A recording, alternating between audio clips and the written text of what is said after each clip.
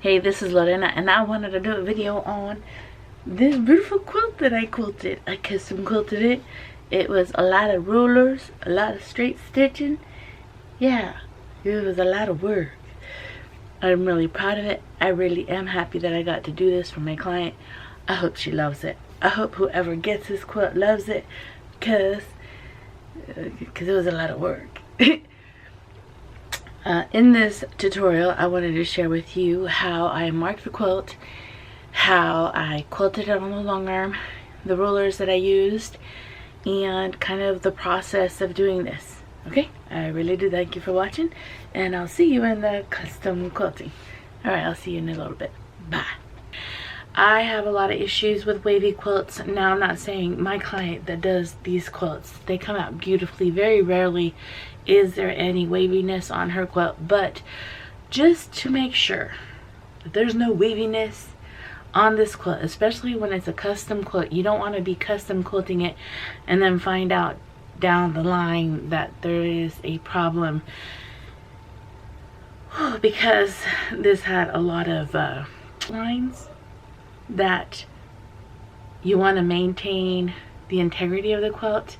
And so one of the things I did, and I'm going to share with you how I did it on the paper, because I didn't do it on a long arm. I didn't videotape it, so let me just show you what I did, okay? So I wanted to share with you what I did. Imagine this is your back fabric. So I'm going to put back fabric. And this is your quilt top. Okay? So what I did to stabilize the quilt, and I'm going to use this red marker to represent my stitches. I went ahead and at the top of the quilt I did a straight stitch all the way across, 1/8. Then I got my long arm and I did the edge of the quilt on the right side, and I quilted 1/8 to the very edge of the fabric of the quilt. Now, of course, my long arm only has, I believe, a certain amount that it could quilt. I did a couple stable stitches here. I did stable stitches all the way across to the opposite end. Then I rolled the quilt here. I rolled the quilt and I did some stitches down, and I stitched 1/8 here, right to the very edge of the quilt top. And then, of course, when my long arm didn't have any more areas to stitch, I did a couple stable stitches and locked it in. And then I did some basting stitches all the way through to here. When I got to here, I rolled the quilt again. And as I rolled the quilt, I was able to go ahead and do another set of stitches at 1/8, like right at the edge of the quilt. And once I did that, of course, the long arm can only roll so much. I did a couple staple stitches here, and then I did another set of basting stitches right here. Now, what this did is it locked the quilt top down to the back fabric. It gave me the ability also to see if there is any waviness. Now, after I did that, of course, I did some straight line, some stitching here, 1/8, the very edge, and then I did a whole bunch of stitching all the way across the very bottom of the quilt top and locked everything in. It gave me the ability to stabilize the quilt. It gave me the ability to start quilting wherever I wanted to. I could have literally started quilting down here and then rolled the quilt backwards because it was already completely stable. And it gave me the ability to also deal with any fullness if there was any. And the piecer did a beautiful job. There was no fullness at all. But this was a great way of locking the quilt top to the back fabric. And I could start quilting, long arm quilting anywhere. I wanted to kind of talk to you just briefly about the process of marking this quilt. You know, when I decided to do this quilt for my client, I didn't really understand that marking the quilt was just as valuable as quilting the quilt. As a matter of fact, I encourage you to mark your quilt and take as much time as you need in marking the quilt. It is a lot easier to remove markings than it is to remove stitches. So when I marked the quilt, I initially marked all the darker areas.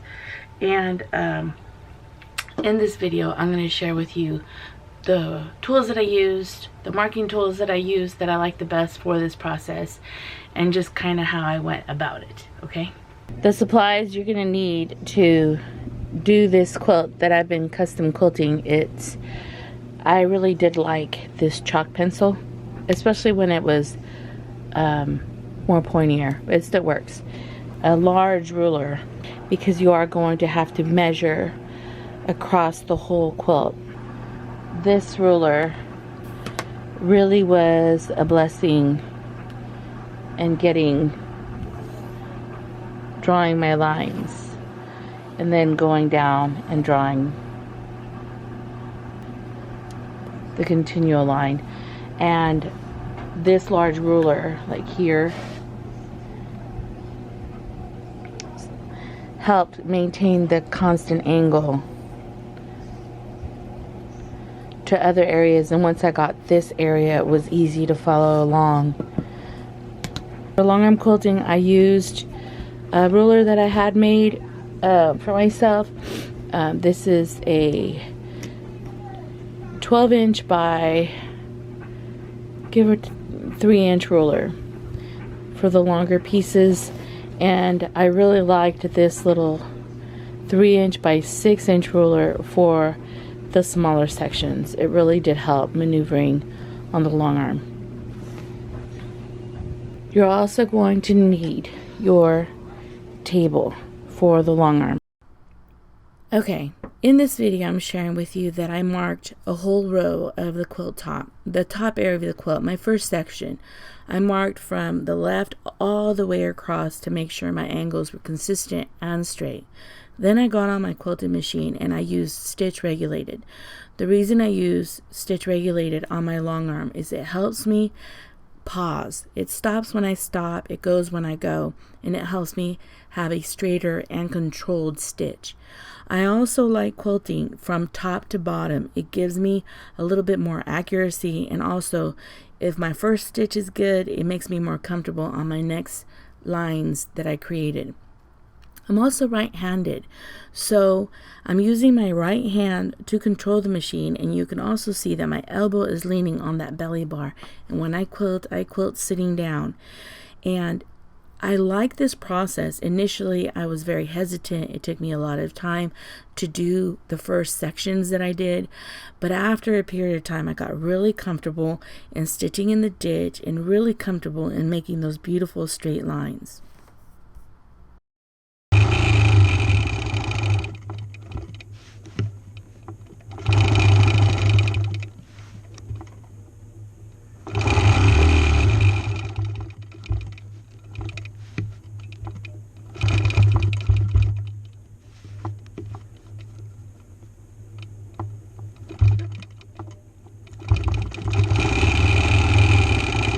Now for marking on a light material, this ruler, I continue to use it, and I really liked this marking tool. It really was a blessing, especially in the process of marking everything. As you can see, it's not marked anymore, and I also used my large ruler because I wanted the marking, as you see, it's marked here. The ruler should go continuously all the way across through the whole quilt. So the brickwork, I try to make sure that it went all the way across down to the end, all the way to this end. The marking should be the same as it would be to this end. The way I'm marking it to be consistent all the way across, let me turn this around. It's every 2 inches I'm giving a mark. So here's 2, 4, 6, and then here would be the next mark on this next row. And then after the 2 inches, everything would be 1 inch apart. So here's 2 inches. It's every other. Sometimes your marks are gonna look like this. Yeah. I'm working.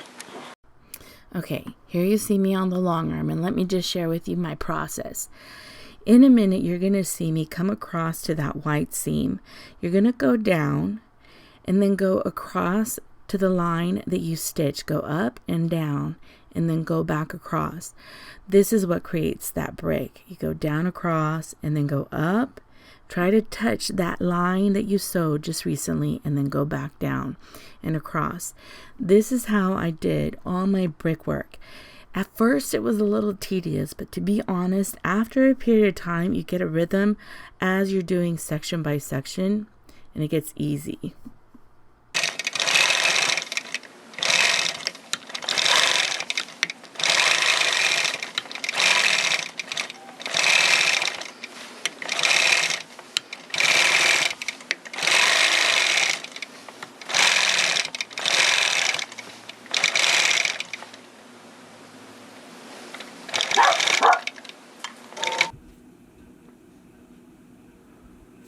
Then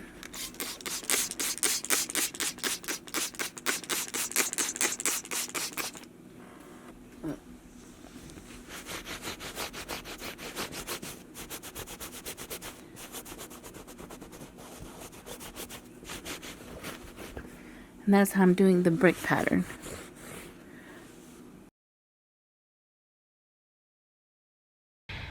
It was a whole lot of fun to do, and yeah, I'm real proud of it. I'm excited to do more, and the adventure of it is a lot of fun.